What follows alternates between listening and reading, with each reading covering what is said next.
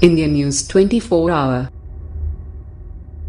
The Karnataka High Court on Friday quashed federal rules that mandated stringent graphic health warnings on tobacco products, lawyers involved in the case said, in a decision seen as a major victory for the tobacco industry and a setback for health advocates. The Supreme Court had last year ordered enforcement of the government's 2014 federal rules that required 85% of a tobacco pack's surface to be covered in health warnings, up from 20% earlier, despite protests by the tobacco industry. At the same time, the top court had asked the court in Karnataka to rule on the dozens of tobacco industry pleas that challenged the federal rules. The High Court on Friday struck down the government's 2014 notification, said Ardana L., a lawyer at Puvaya Co., who represented tobacco companies including India's ITC and Philip Morris International Inc.'s Indian partner, Godfrey Phillips India Limited.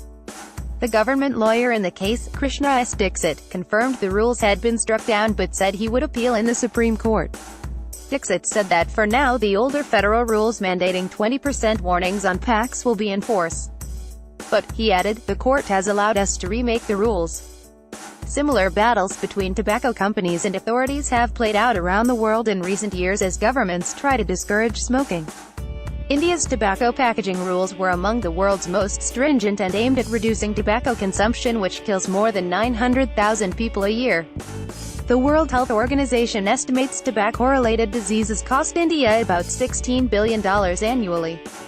A government survey earlier this year found that 62% of cigarette smokers thought of quitting because of warning labels on the packets. The court is setting aside a proven strategy on improving public health.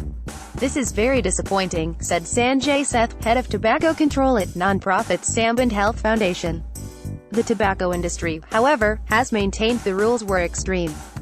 At one point last year, the industry briefly shut down its factories across India in protest and filed dozens of legal cases.